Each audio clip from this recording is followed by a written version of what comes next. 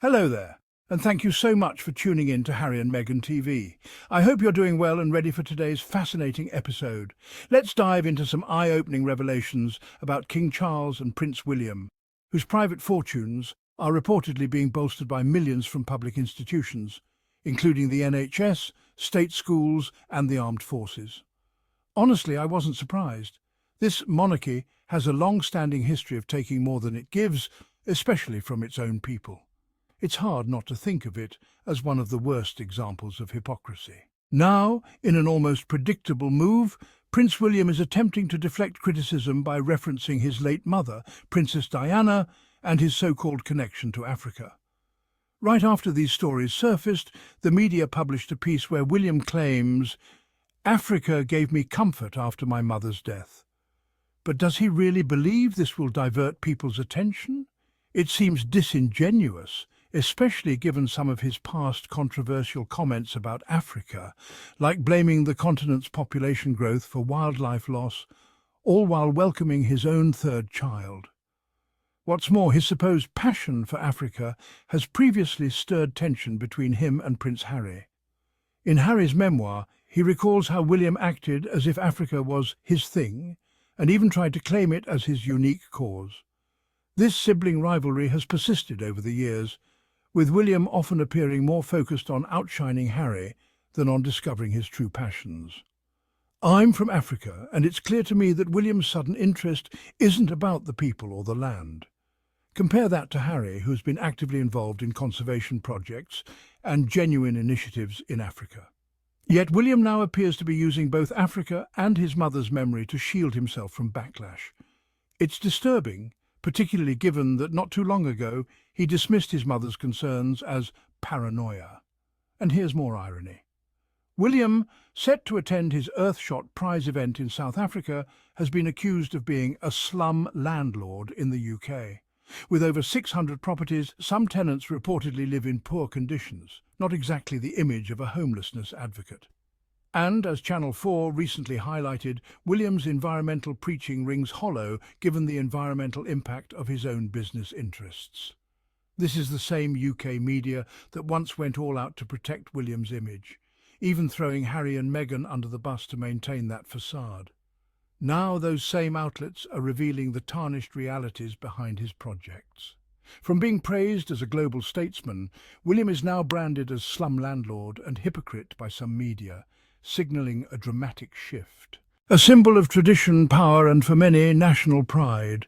The monarchy represents a continuity that stretches back centuries, embodying the history and culture of the United Kingdom. Yet behind the pomp and ceremony lies a complex financial web. This web is not just about the grandeur and the pageantry, but also about the intricate financial arrangements that sustain the monarchy.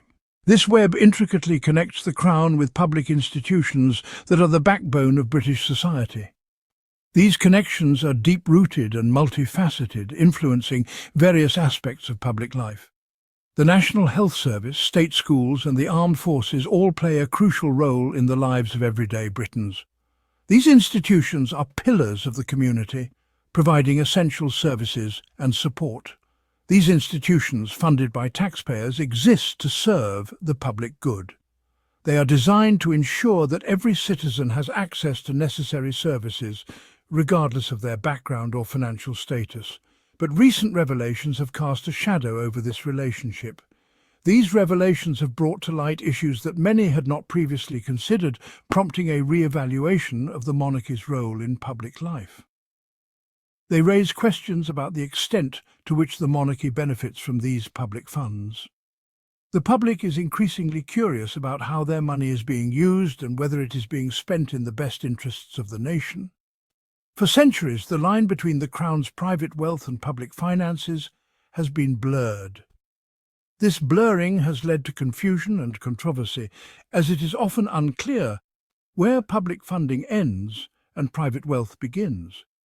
The sovereign grant, drawn from the Crown Estate's profits, is intended to cover the monarch's official duties. This grant is meant to ensure that the monarchy can perform its ceremonial and state functions without financial strain. But the extent of private income generated through other avenues, including those linked to public institutions, has remained opaque. This opacity has led to calls for greater transparency and accountability. This lack of transparency has fueled public suspicion.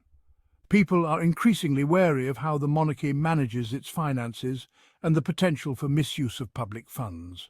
It has also raised concerns about potential conflicts of interest. These concerns are not just about money, but about the integrity and fairness of the institution itself. The debate over royal finances is not new. It has been a contentious issue for many years, with various points of view and arguments being presented. However, it has gained renewed urgency in recent years. The current economic climate and recent scandals have brought these issues to the forefront of public consciousness.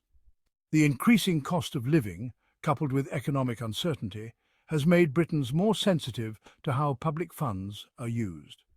People are more aware of their financial situation and are demanding that their money be used wisely. They are demanding greater accountability and transparency, even from the monarchy. This demand is part of a broader call for more open and honest governance. This scrutiny is particularly relevant in the wake of scandals that have tarnished the royal family's image.